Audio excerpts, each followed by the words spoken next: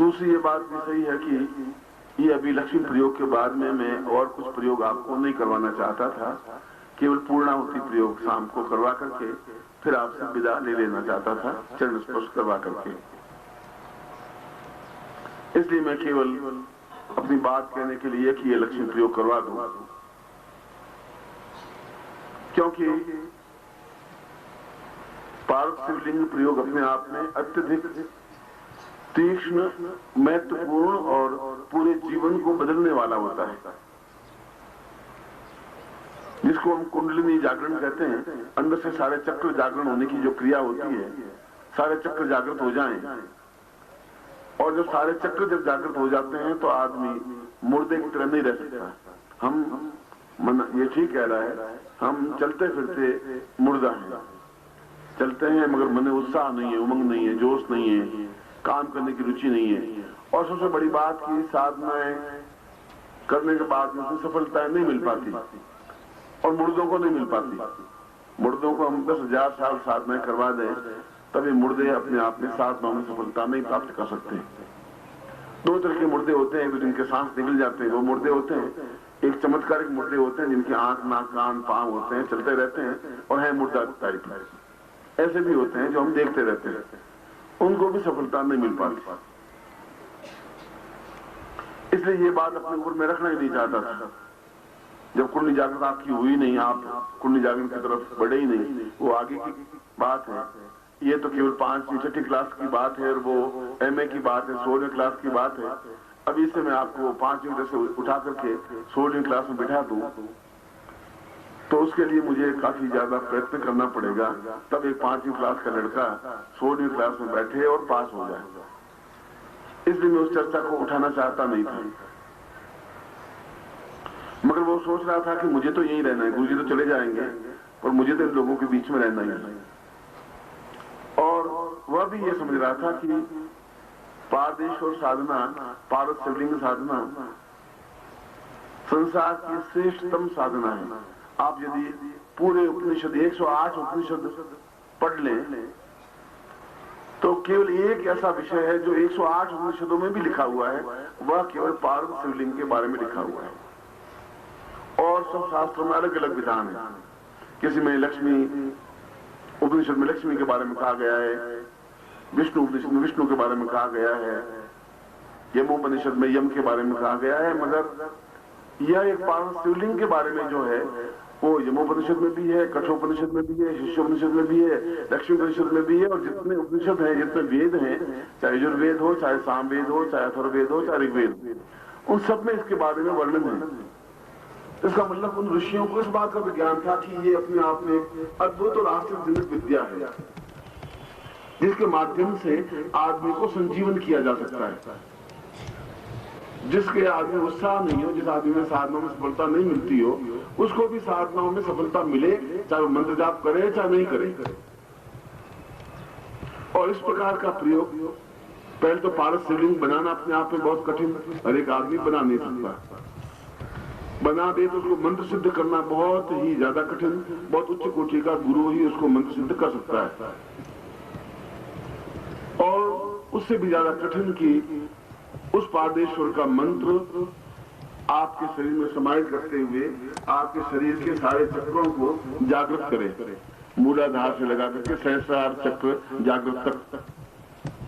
जागृत करने का मतलब है कि आप चैतन्य हो सके, आप और ज्यादा तेजस्वी हो सके, आपके चेहरे पर तेज आ सके, आपके साधना कोई भी छोटी मोटी साधना करें तब भी उसमें पूर्ण सफलता मिल सके, मन में जो इच्छा है वह पूर्ति हो सके। और आपके जीवन में नहीं, आने वाली पीढ़ियों के लिए भी वो पारद शिवलिंग काम आ सके, और वो आपको याद कर सके कि हमारे पूर्वज थे, उन्होंने इस प्रकार का पारद शिवलिंग प्राप्त किया था और घर में रखा था।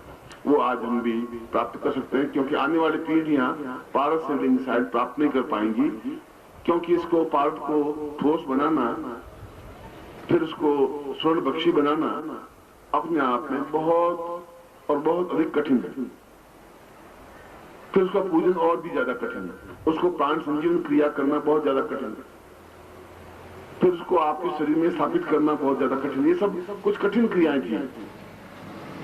और इसीलिए मैं इस बात को कल मैंने जरूर बताया था कि शिव और शक्ति का समन्वय होना चाहिए, मगर मुझे ये मालूम नहीं था कि वशिष्ठ उस बात को गांठ बांध देगा कि मौका मिलते उस बात को आपके सामने रख देंगे, देखा जाएगा। फिर आप मना कर देंगे तो फिर आप गुरु कैसे मना कर लेते हैं?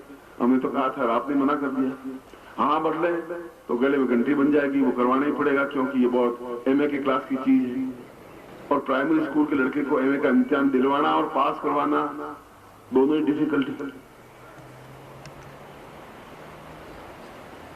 मगर जैसा कि मैंने अपने हृदय से, आत्मा से इन देवताओं के स्वर्ग प्रदेश में बैठ करके कह रहा हूं कि यदि मेरी इच्छा मनाली में, और मनाली का केवल मनाली में, शिमला का में नहीं रह सकता।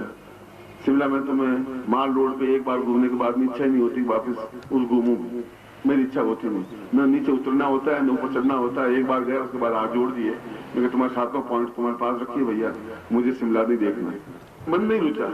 और अलग अलग मन है, यहाँ पर मन रुचता है, मगर कभी भगवान समय दे और मैं आप लोगों के बीच में सन्यासियों के पास ले जा सकूं, वहां पर हम 1-2 दिन रह सकें, बिल्कुल सन्यासी की तरह, योगी की तरह। मगर उसके लिए जरूरी है कि हम अपना कुंडलिनी जागृत कर सकें, हम खुद सिद्ध योगी तक बन सकें, अपने आप में तेजस्वी बन सकें, हमारे चेहरे पर एक तेज बन सके तो हम पूर्ण आयु प्राप्त कर सकते हैं, शतायु हो सकते हैं, 100 साल से भी ज्यादा आयु प्राप्त कर सकते हैं। कोई कठिन नहीं है। अगर वो योगी हो सकते हैं तो हम भी हो सकते हैं, वो भी मनुष्य ही है। और आप में से कोई ग्रस्त ही होगा जो आगे जाके योगी बना होगा, सन्यासी बना होगा। मैं भी ग्रस्त ही था। जब 9 साल का जवान हुआ बिल्कुल, तो मुझे शादी कर दी। जा बच्चे तुम जवान हो गए, अब पिताजी ने शादी कर दी।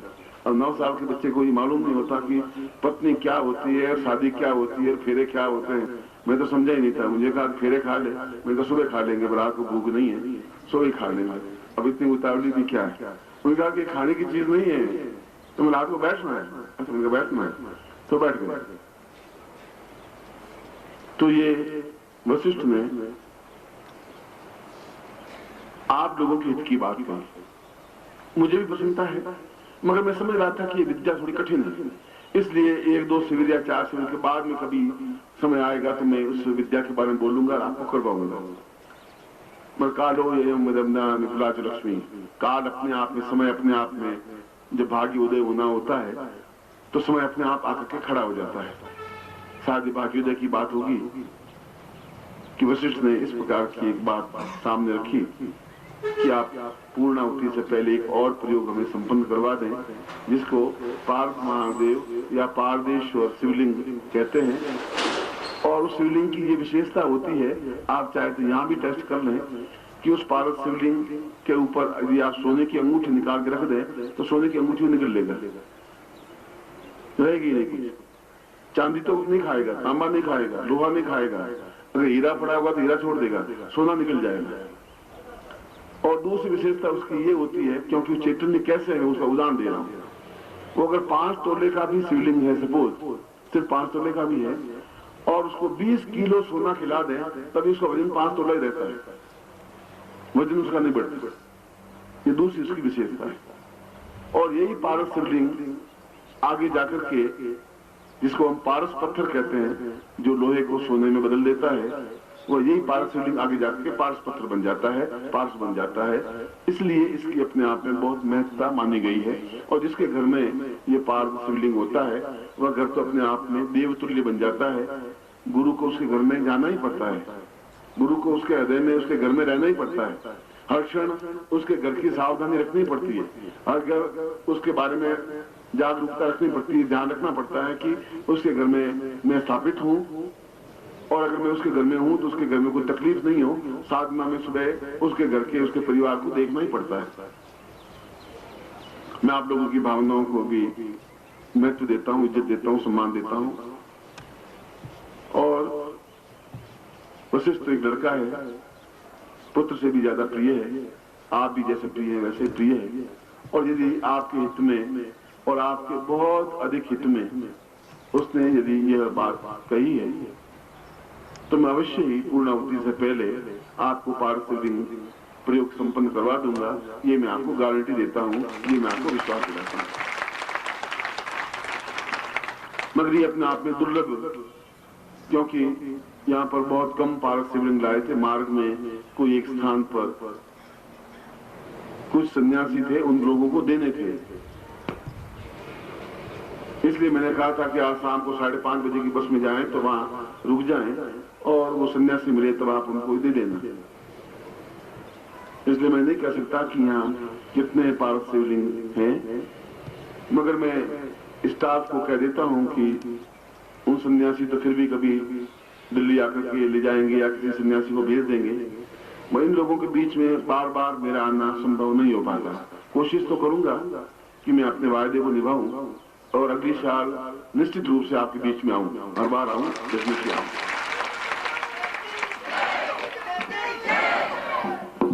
झूठा वायदा मैं करता नहीं। आज भी वो जो गाड़ी चलाता है आंसू बैठे बैठे रोने लग गया। मैंने कहा क्या हुआ, क्यों रो रहे हो? उनके गुरुजी आप कल जा रहे हैं, अभी तो तुमने अच्छी तरह से आपको देखा ही नहीं। ठाकुर जो है इच्छा नहीं होती कि आप जाएं। सबकी आंखें भीगी हुई थी सुबह जब वहां होटल में लोग आए हुए थे। मैं जानता हूं आपका मेरा प्यार बहुत है। जितना आपको प्यार है मुझसे, शायद उससे भी ज्यादा प्यार मुझे आपसे भी है, और ज्यादा प्यार है। ऐसा चाहता हूं कि मैं आपको कई बार मिलूं, हर बार मिलूं, मगर ऐसी सैकड़ों प्रक्रियाएं, सैकड़ों कार्य सन्यासियों को संभालना पड़ता है, गृह शिष्यों को संभालना पड़ता है। जगह जगह शिविर होते हैं, पत्रिका का काम होता है, ग्रंथ लेखन होता है, सिद्धाश्रम में जाना होता है हर दिन, वहां के सन्यासियों को भी ज्ञान देना पड़ता है, और जीवन के कई कार्य होते हैं। यद्यपि गृहस्थ की तरफ से तो मुझे न कोई चिंता है, न कोई आसक्ति है, न कोई मोह है, पहले भी नहीं था, आज भी नहीं है, मगर फिर भी जीवन के जो एक कर्तव्य है, धर्म है, उनको पूरा करने का तो एक प्रयोजन करता ही हूँ। मैं अगली बार भी आऊंगा और उसके अगली बार भी आऊंगा, हर साल एक बार अगर आप बुलाएंगे प्रेम से तो मैं जरूर आऊंगा, इसमें कोई देता नहीं।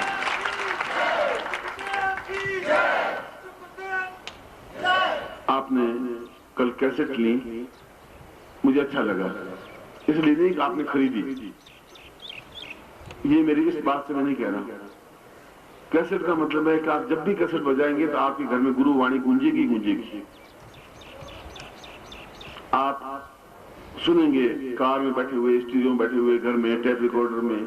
टेप रिकॉर्डर नहीं होता, धीरे धीरे टेप रिकॉर्डर आप खरीद लेंगे। जो लक्ष्मी प्रयोग करवाया है तो लक्ष्मी आएगी आएगी, लक्ष्मी आएगी तो टेप रिकॉर्डर खरीद लेंगे, और ऐसा लगेगा कि जैसे घर में ही गुरुजी आए हुए हैं। प्रत्येक के घर में गुरुजी के जितने भी उपदेश हैं, जितने भी चिंतन हैं, वे सभी हमारे पास रहने चाहिए, क्योंकि फिर वो मिलते नहीं है, संभव नहीं हो पाता।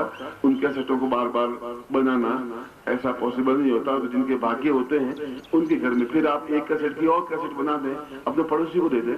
जो विश्वास नहीं करता उनको एक कैसेट भेंट करें कि आप सुनिए, पहले गुरुजी के बारे में बात सोचना, पहले आप इसको सुन लीजिए। सुनने के बाद में आपके हृदय में कितना ज्ञान पैदा होता है आप खुद अनुभव कर लीजिए, तो खुद एहसास करेगा कि वास्तव में इस प्रवचन में सार है, ज्ञान है, चिंतन है, कुछ ऐसी चीज है जो दूसरे साधुओं में, दूसरे योगियों में, दूसरे गुरुओं में नहीं है।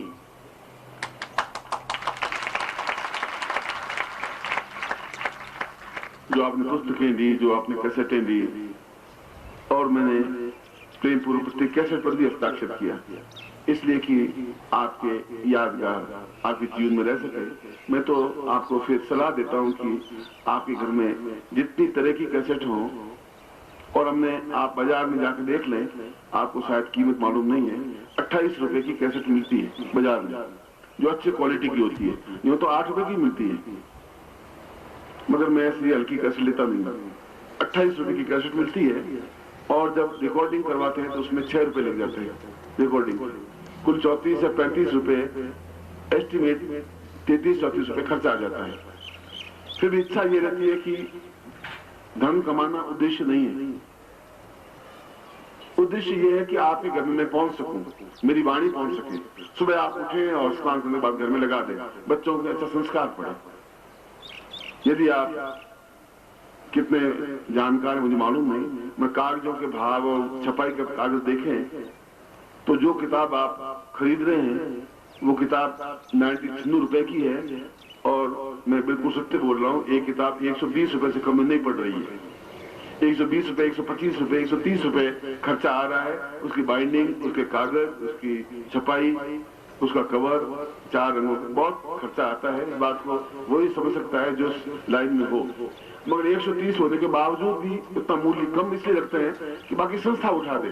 मगर आपके घर में वह ज्ञान आ जाए, आने वाली पीढ़ियों के लिए धरोहर बन जाए, आने वाली पीढ़ी याद रख सके कि हमारे पूर्व जैसे थे, कितना ज्ञान हमारे घर में छोड़ के गए। इसलिए अत्यंत कम मूल्य पर नहीं, घाटा खाते हुए भी उन पुस्तकों को, उन कैसेटों को रखने के पीछे केवल मकसद, केवल चिंतन यही है। और ये पारस शिवलिंग के बारे में जो इसने कहा है, मैं अवश्य पूर्ण शक्तिपात करता हुआ, पूर्ण हृदय से चेतना युक्त देता हुआ, आपके हृदय के अंदर चक्रों को पूर्ण जागृत करता हुआ, इसलिए कि फिर प्रत्येक साधना में आपको सफलता मिले ही, चाहे लक्ष्मी साधना हो, चाहे कोई साधना हो। और कई सालों तक ये आपके घर में एक पारस शिवलिंग, पूर्ण भगवान शिव आपके घर में स्थापित हो और निरंतर आपके जीवन में कल्याण कर सके, आपके मन को, तन को, आपके जीवन को उज्जवल बनाए रख सके, आपके हाथ में धन आ सके, आप मंदिर बना सकें, दान दे सकें, आप गुरुओं की सेवा कर सकें, अतिथियों की सेवा कर सकें। और जिसके घर में पारस शिवलिंग उसके तो मुकाबला ही नहीं कर सकता कोई। योगी अति भी उसका मुकाबला उस व्रत का नहीं कर सकते। इसलिए मैं ठीक 2 बजे आपके बीच में आऊंगा। अब इसमें तो करीब 11 बज गए हैं। मैं 2 बजे उस पारस शिवलिंग का पूजन और प्रयोग पूर्णता के साथ में करवाऊंगा और उसके बाद में मैं पूर्णाहुति करवाऊंगा, जो कि आपके लिए बहुत अधिक आवश्यक होगी। पूर्णाहुति का मतलब है जो मैं काम किया है वो पूर्ण रूप से अग्नि को दें, वो अग्नि उन देवताओं को दे, अग्नि के माध्यम से देवताओं को पहुंचा दें, जिससे कि हमारे मनोरथ सिद्ध हो। सद्गुरुदेव डॉक्टर नारायण दत्त श्रीमाली जी के दुर्लभ वीडियोस, पुस्तक, पत्रिका एवं साधना की निःशुल्क दीक्षा प्राप्त करने के लिए नीचे लिखे हुए नंबर पर वीरल पटेल जी को व्हाट्सएप पे अपना नाम और अपने शहर का नाम लिखकर भेजें। धन्यवाद।